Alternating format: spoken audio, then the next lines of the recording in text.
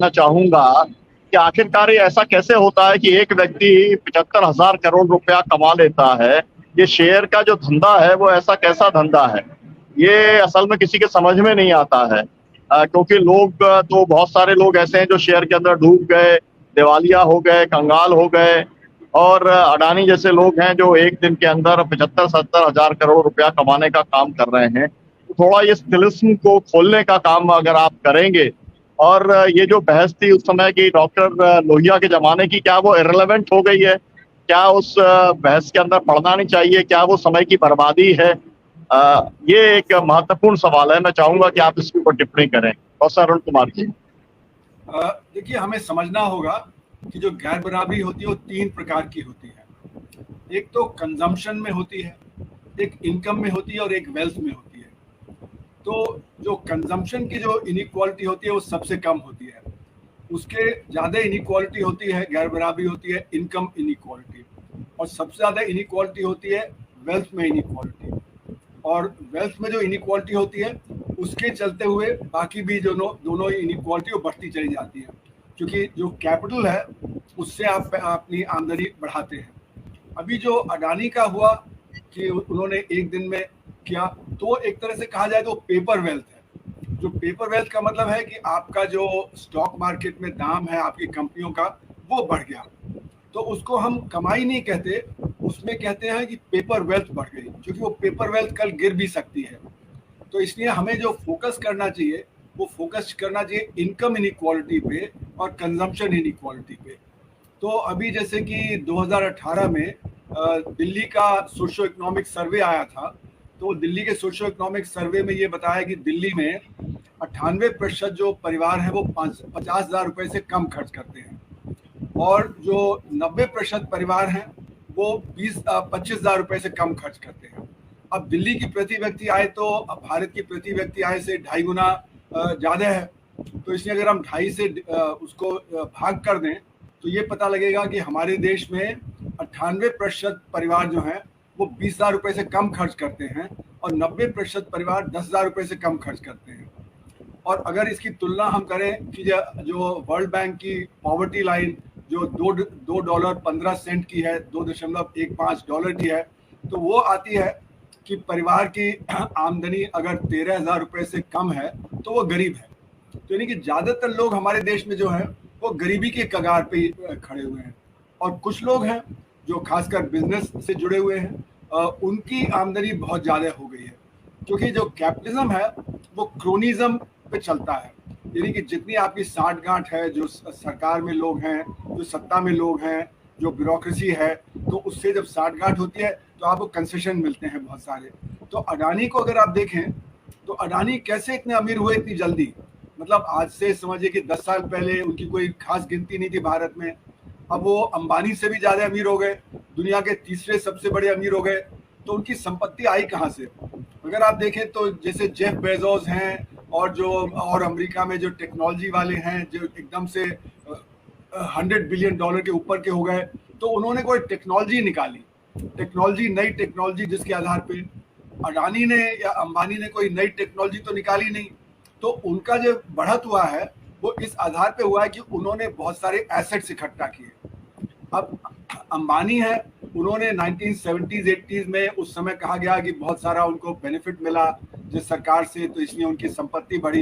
इधर अडानी जो है उनको भी बहुत सारे एसेट मिल गए, वो चाहे एयरपोर्ट हो, चाहे पोर्ट हो, चाहे वो इंफ्रास्ट्रक्चर में हो, सब जगह जहां उनकी निगाह गई वो एसेट उनको मिल गया।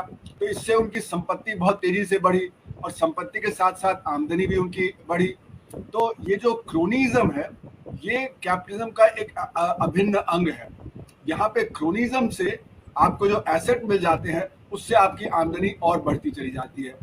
और अगर आप देखें तो इसका असर क्या है अर्थव्यवस्था पे? अर्थव्यवस्था पे असर ये होता है कि जब गरीब के हाथ में पैसा नहीं होता तो अर्थव्यवस्था में डिमांड कम हो जाती है, और जब डिमांड कम हो जाती है तो उससे आपके अर्थव्यवस्था में जो इन्वेस्टमेंट कम हो जाता है, और जब इन्वेस्टमेंट कम हो जाता है तो उससे आपकी जो ग्रोथ है, जो बढ़त है आमदनी में, वो देश में रुक जाती है, और जब वो रुक जाती है तो गरीब आदमी की जो बढ़त है वो और कम हो जाती है। तो ये जो हमारे बड़े बड़े बिजनेसमैन हैं, ये संघर्ष क्षेत्र में काम करते हैं, संघर्ष क्षेत्र में बहुत सारा कैपिटल का इस्तेमाल होता है, वहाँ पे उतना जो लेबर का इस्तेमाल नहीं होता है क्योंकि ऑटोमेशन बहुत ज़्यादा होता है। तो जितना ये बड़े बड़े जो हमारे उद्योग हैं, जो 6000 बड़े उद्योग हैं, जितनी बढ़त उसमें होगी तो उतना रोजगार कम पैदा होगा। तो हुआ ये है कि हमारे देश में इसीलिए बहुत बड़ा एक असंगठित क्षेत्र है। तो संगठित क्षेत्र और असंगठित क्षेत्र बहुत तेजी से बढ़ती चली जा रही है। जी प्रोफेसर साहब, बस केवल एक छोटा सा सवाल ये, क्या ये जो मोदानी महाघोटाला था, इसका जो सब कमेटी बैठी थी, जांच पांच, वो सब कुछ खत्म हो गया क्या? मतलब एक अपराधी व्यक्ति फिर से एक बड़े मतलब शहंशाह के तौर पर और देश की इकोनॉमी को फिर एक बूस्ट देने वाले व्यक्ति के तौर पर, बाजार को सही रास्ते पर लाने के तौर पर अगर आ रहा है, तो क्या जो आर्थिक अपराध थे वो पूरे अब ठंडे बस्ते में चले गए हैं? आपका क्या असेसमेंट है कि सरकार सफल रही, मोदी जी सफल रहे इस पूरे घोटाले को रफा दफा करने में? देखिए, जैसे मैंने कहा कि क्रोनिज्म है, और क्रोनिज्म के चलते ही इतनी तेजी से बढ़त हुई। तो वो क्रोनिज्म तो अभी भी है। अब ये बात अलग है कि विदेशों में हिंडनबर्ग ने शॉर्ट सेलिंग किया, कुछ वहां पे औरों ने शॉर्ट सेलिंग किया, जिसके ऊपर हमारे जो सत्ता है उसका जब कोई वो चलता नहीं है जोर। तो हमारे देश में तो शॉर्ट सेलिंग नहीं हुआ ना। हमारे देश में तो किसी की हिम्मत नहीं है कि वो यहाँ पे शॉर्ट सेलिंग कर ले या कोई ये कर ले। तो ये शॉर्ट सेलिंग विदेश में हुई। अब जो सुप्रीम कोर्ट ने जो कमेटी बिठाई, उसमें जो कॉर्पोरेट सेक्टर के लोग थे, वो तो कॉर्पोरेट सेक्टर को बचाने के लिए ही काम करेंगे, क्योंकि अगर ये बातें खुल के आएंगी कि जो गड़बड़ियां की जो अडानी ने, वो किस प्रकार से गड़बड़ियां की, और बाकी जो हमारे बिजनेसमैन हैं वो भी इस प्रकार की गड़बड़ियां करते हैं, तो वो सारा का सारा भंडा फोड़ जाएगा। ये सारा का सारा एक मिली भगत के चलते हुए जो सत्ता में बैठे लोग हैं और जो बड़े बड़े कैपिटलिस्ट हैं, उनके बीच में जो एक गठजोड़ है, उसके चलते हुए हुआ। तो इसलिए मेरा तो शुरू से मानना था कि कमेटी की रिपोर्ट में कुछ खास निकलेगा नहीं, कुछ लीपापोती हो जाएगी। लेकिन चक्कर ये है कि अभी भी जो विदेश में जो बैठे हुए हैं, जो इसका फायदा उठाते हैं, जो शॉर्ट सेलर होते हैं, अभी जैसे अडानी का शेयर फिर से दोबारा बढ़ा है पिछले दिनों में, जब से रिपोर्ट आई तो काफी उसमें इजाफा हुआ है। जैसे आपने बताया कि उनका एकदम से 1-2 दिन में ही जो बहुत सारा जो संपत्ति, उनके जो वैल्यूएशन बढ़ गया है, तो बाहर वो फिर से शॉर्ट सेलिंग कर सकते हैं, क्योंकि जो इंटरनल स्ट्रेंथ है कंपनी की वो अभी उस तरह की नहीं है। मतलब आप ये सोचें कि जैसे अडानी की कंपनियों के जो मार्केट कैपिटलाइजेशन 19 लाख करोड़ रुपए तक पहुंच गया था, जो करीब करीब अंबानी के जो कंपनी के बराबर था, और टाटा की जो कंपनियां हैं उनके बराबर में पहुंच गया था। लेकिन उनका प्रॉफिट कितना था?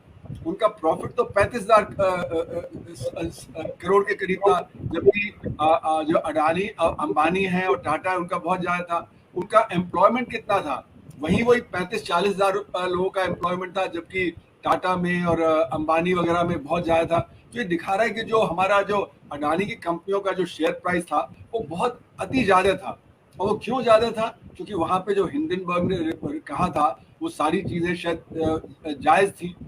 अब ये जो कमिटी है, इसने तो कहा कि इसमें जो सेबी की जो रेगुलेशन है वो फॉलो की गई, पर अब सेबी ने कहा कि अभी तो हमने पूरी रिपोर्ट की नहीं है, वो अभी तो हमें और समय चाहिए। तो उन्होंने प्री मैच्योरली रिपोर्ट दे दी है। और दूसरी बात यह है कि सुप्रीम कोर्ट का जजमेंट नहीं है, ये सुप्रीम कोर्ट की कमिटी की रिपोर्ट है। अभी सुप्रीम कोर्ट ने इस पर जजमेंट नहीं दिया, वो तो सेबी की रिपोर्ट का इंतजार कर रहे हैं।